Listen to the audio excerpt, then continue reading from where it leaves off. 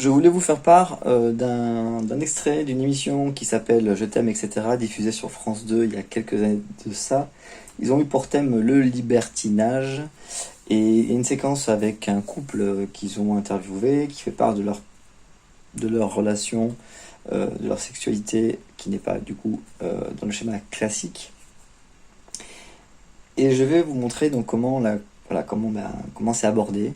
Mais avant ça, je vous laisse découvrir comment la chroniqueuse amène le sujet. Non, Caro, c'est pas ça. Ça, c'est être bisexuel. Et on se dit que libertinage et vie de couple, c'est pas forcément évident. Oui, Céline pensait même que c'était incompatible, que jamais elle ne trouverait un homme qui lui laisse et qui accepte sa liberté sexuelle. Mais ça, c'était avant de rencontrer Jean-Charles. C'était il y a quelques mois sur un des blogs de Céline. Ils ont eu un coup de foudre intellectuel. Et Jean-Charles est ce qu'on appelle un sapiosexuel. Alors, qu'est-ce que c'est qu'un sapiosexuel? Oui. Alors, moi aussi, je ne savais pas du tout ce que c'était. On a abordé, je me souviens plus. C'est un homo sapiens. Il aime les êtres humains, qu'ils soient hommes ou femmes. Non, c'est pas ça, Caro. Non, Caro, c'est pas ça. Ça, c'est être bisexuel. En fait, alors moi j'ai découvert ça aussi. Alors si j'ai bien compris, c'est lorsqu'on désire une femme avant tout pour son intelligence. Pour résumer, c'est lorsqu'on est plus excité par les neurones d'une femme que par sa poitrine, tout simplement. Et Jean-Charles est tombé amoureux de la liberté de Céline, de sa vision de l'amour et de sa vision de la sexualité. Et il a choisi de tout accepter, Céline ainsi que ses amants. Attends, pause. C'est bien ce que j'ai entendu. Il a décidé de tout accepter, Céline et tous ses amants. Céline et tous ses amants. Mais elle parlait pas de coup de foudre intellectuel avant? Elle disait pas il est sapio. C'est pourquoi on parle d'amant d'un coup là? Est-ce que vous voyez venir le truc ou pas? Est-ce que vous voyez arriver la chose? Non, mais attends, dans les détails. Ils ont dit on et se raconte tout, mais ça veut dire quoi on se raconte tout? Ouais, c'est ça. J'ai demandé évidemment à Céline. Alors, il lui est arrivé de raconter un petit peu ses expériences avec ses amants, mais évidemment, ce n'est pas systématique. Ça a dû arriver 2-3 fois. D'ailleurs, elle m'avait dit que ça avait boosté leur vie intime. Booster leur vie sexuelle. Que l'homme qui sait qu'elle a des amants, qui a des rapports et qu'elle lui raconte ses rapports et qu'en lui racontant ça booste leur vie sexuelle, très clairement, c'est du candolisme. Là, ça peut pas en être autrement.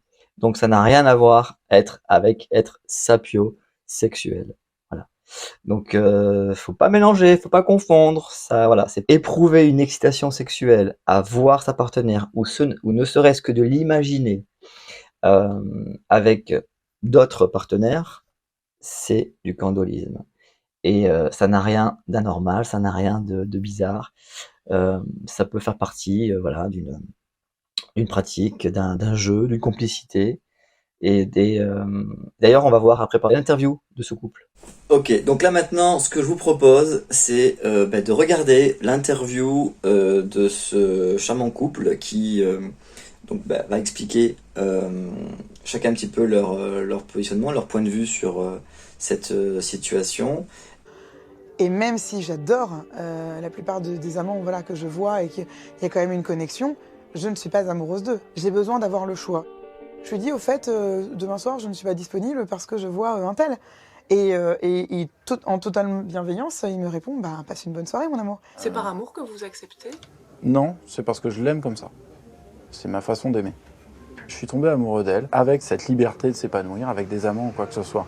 Si je lui demandais de renoncer à cela, ça voudrait dire que je ne l'aime pas elle pour ce qu'elle est, mais je l'aimerais pour ce qu'elle pourrait devenir potentiellement. Personne ne le remplace, il est totalement unique. Il m'apporte un bonheur, vraiment j'ai une chance extraordinaire pour ça. Et mes amants sont sont au courant de la place qu'il a, sont bienveillants envers lui, et lui est bienveillant envers moi, tant qu'ils sont, réglo. Voilà, exactement. Vous n'avez pas de jalousie par rapport à ça? Non, pas du tout. Pas du tout, parce que j'ai aucun doute sur la place que j'occupe. Deuxième élément, j'ai pas l'orgueil de penser que je peux tout lui apporter. C'est la première fois que Jean-Charles vit une telle relation, et avec la jeune femme, il partage les mêmes idéaux, notamment sur la fidélité. C'est pas parce qu'il y a une relation sexuelle qu'il y a une infidélité. L'infidélité serait qu'elle partage avec un autre quelque chose qu'on se réserve à nous deux. L'important, c'est qu'il y a toujours un socle d'intimité à deux qui va être sur... qui peut être aussi bête que des endroits, des moments qui peuvent être beaucoup plus importants qu'une exclusivité sexuelle. Je sais que si aujourd'hui il allait voir quelqu'un d'autre, je n'aurais aucune inquiétude à avoir concernant les sentiments.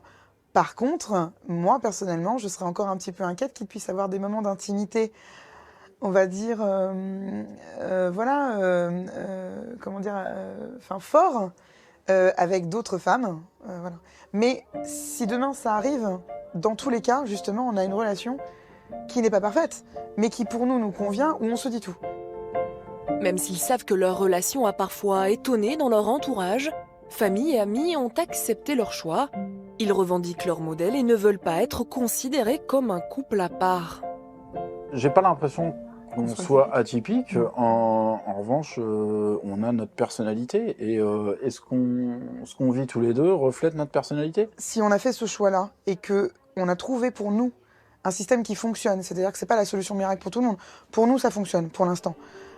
Et bien peut-être qu'en en parlant et en dédramatisant un petit peu tout ça, ça va peut-être donner quelques billes de réflexion à certaines personnes et peut-être même en aider, pourquoi pas, au moins à trouver leur chemin.